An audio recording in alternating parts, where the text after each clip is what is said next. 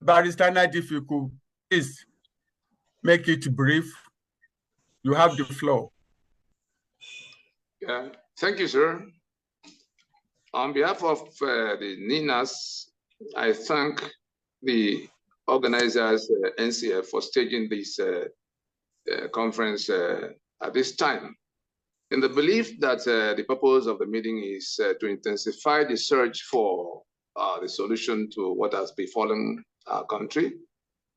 I will want to address items 1, 4, 5, and 6 of the recommendations directly, because I happen to be of the Nigerian Indigenous Nationalities Alliance for Self-Determination, which is the current framework of all of what happened from NADECO to PRONACO to the suit in 2007 challenging the legitimacy of the 1999 Constitution, and all the way to the constitutional force majeure declared in 2020 ahead of the election of 2023. So that this is a body of knowledge on this subject matter connected with the human beings that are in this tournament, and that has been taken directly to the base of that constitution in terms of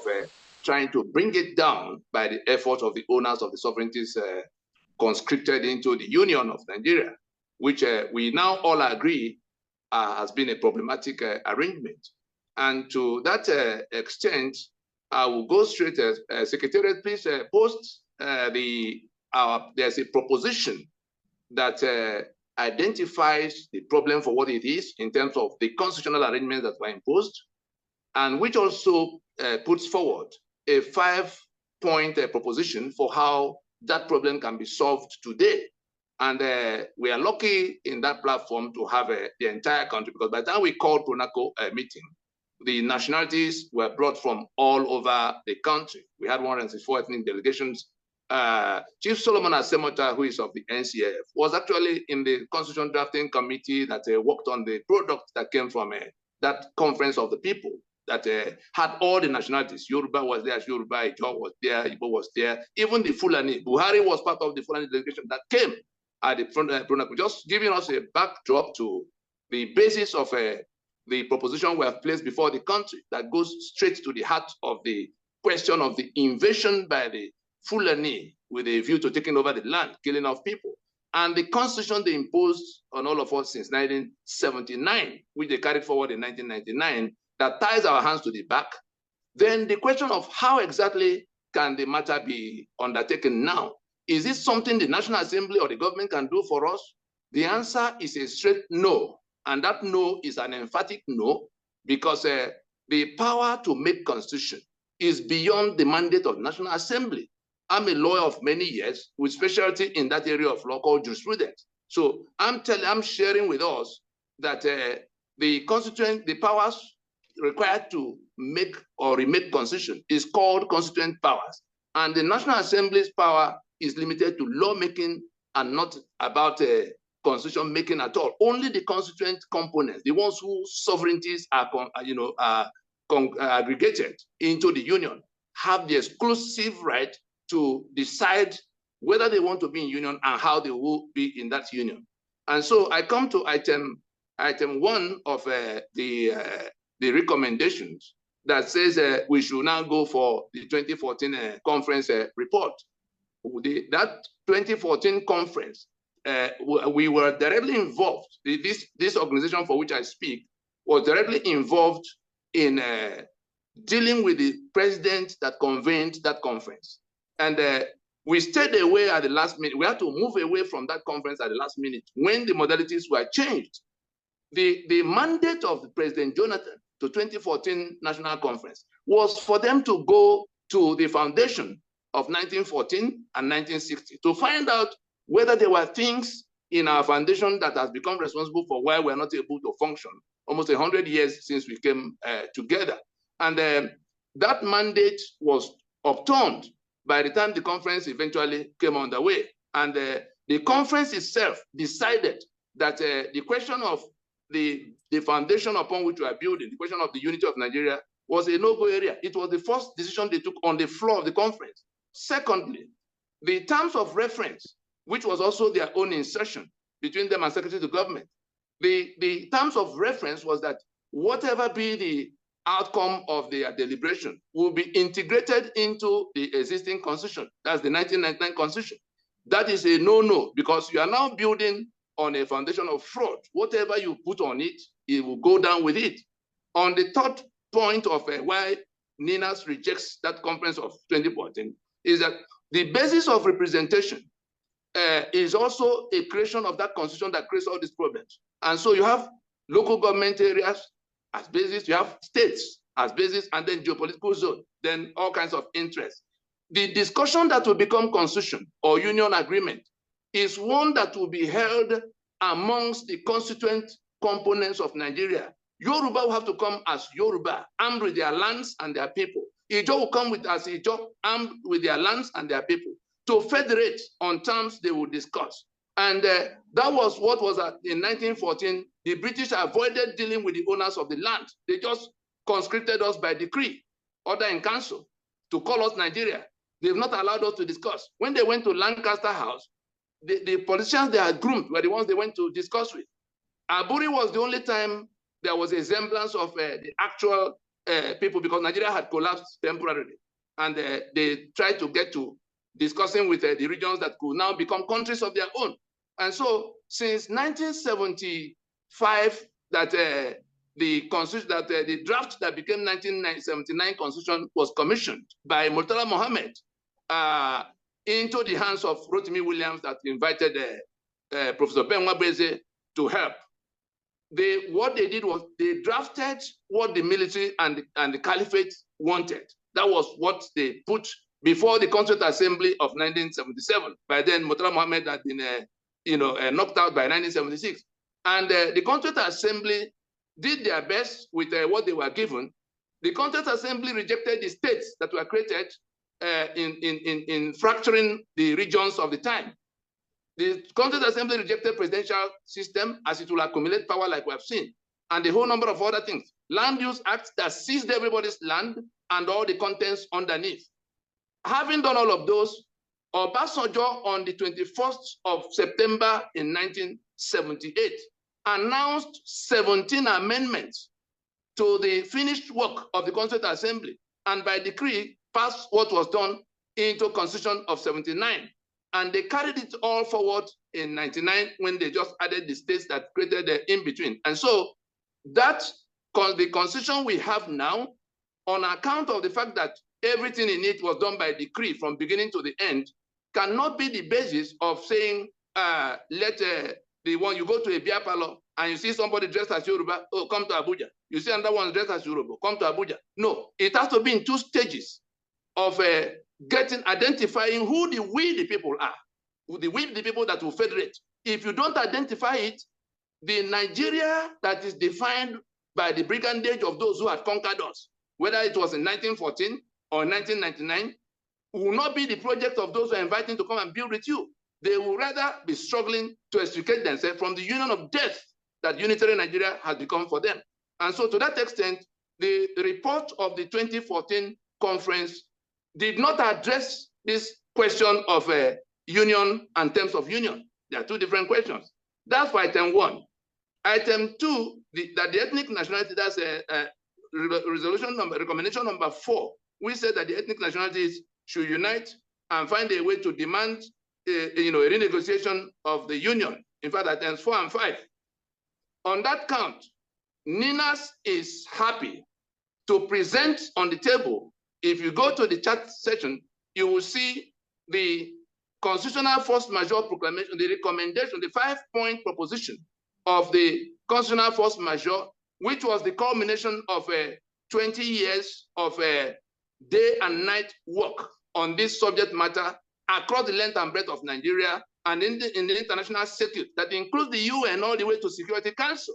And in the US, where at the time the US was at war with ISIS for the terror that is happening in the sub-region of West Africa, this project had the facility to go to tell the US that our president, Muhammad Buhari, was the champion of the Boko Haram and the Miyetti Allah that oppressed Fulani herdsmen in Congress.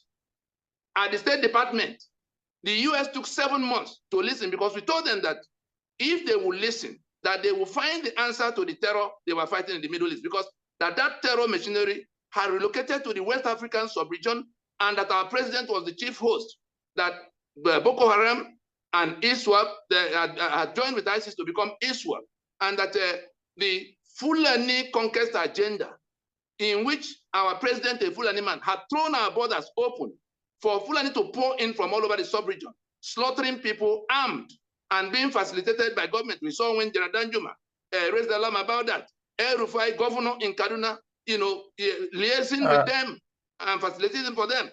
And so this was why they put Nigeria on the watch list and put Nigeria as country of particular concern.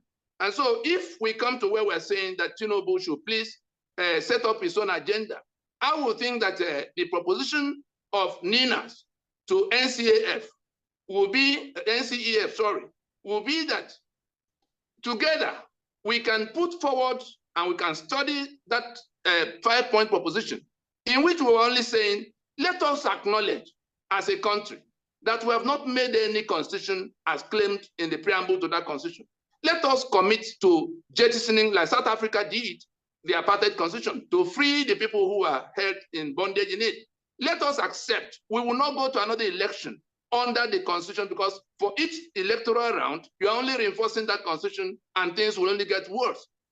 Down number 4, we said all this while, the reason nothing is working is that the owners of the enterprise, the owners of the lands that make up Nigeria, who are now eager to leave the union if it will become union of death for them, must be the ones in 2 stages to agree among themselves the formations in which they will relate in their federation.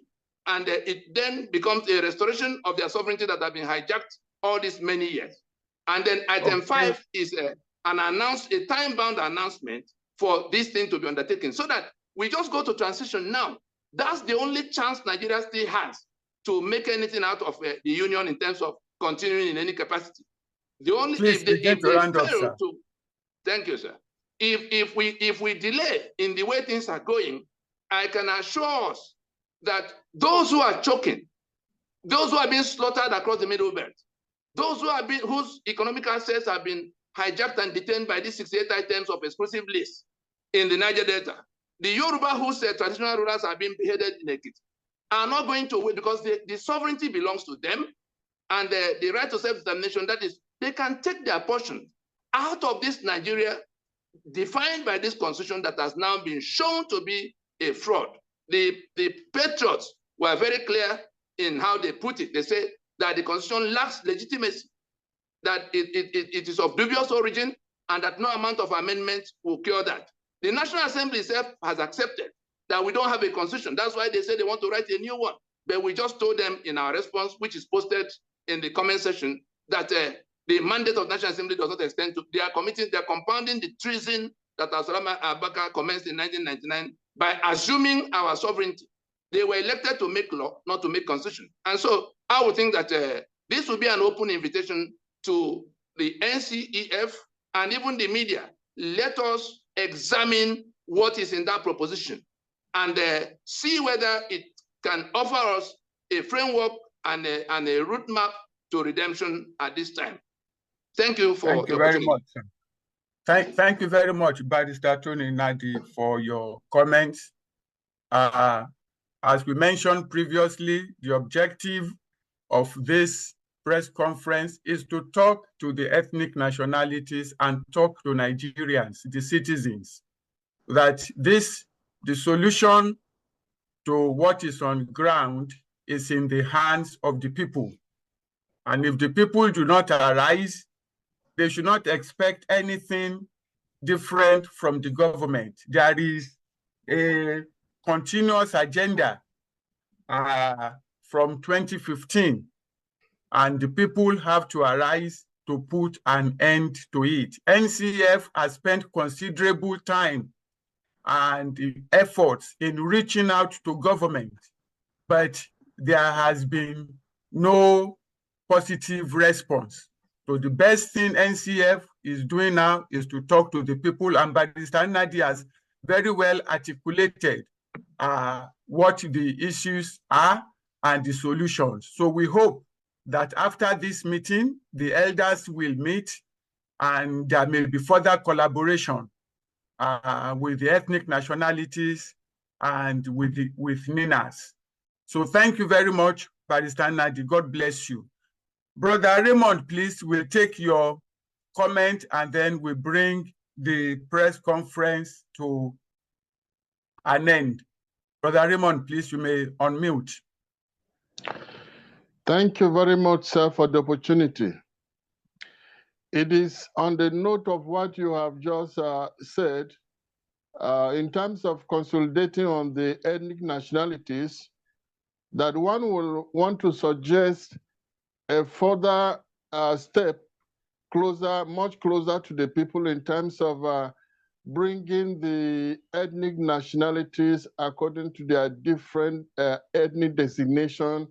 You are looking at Pandey, you are talking about Aniferi, you are talking about Sokapo, you are talking about the Native Hausa Association. If such groups across the Middle Belt and other parts of the country that constitute the native nationalities of Nigeria, there may be need to have a kind of a conference for where such groups will come together to really articulate on the points, on the resolutions of the suggestions of the NCEF as to the way forward, so that this laudable effort of sensitization does not just go away with time, because we know that such conferences, such press releases have been held by different groups, which some of them have been alluded to, the Patriots and others.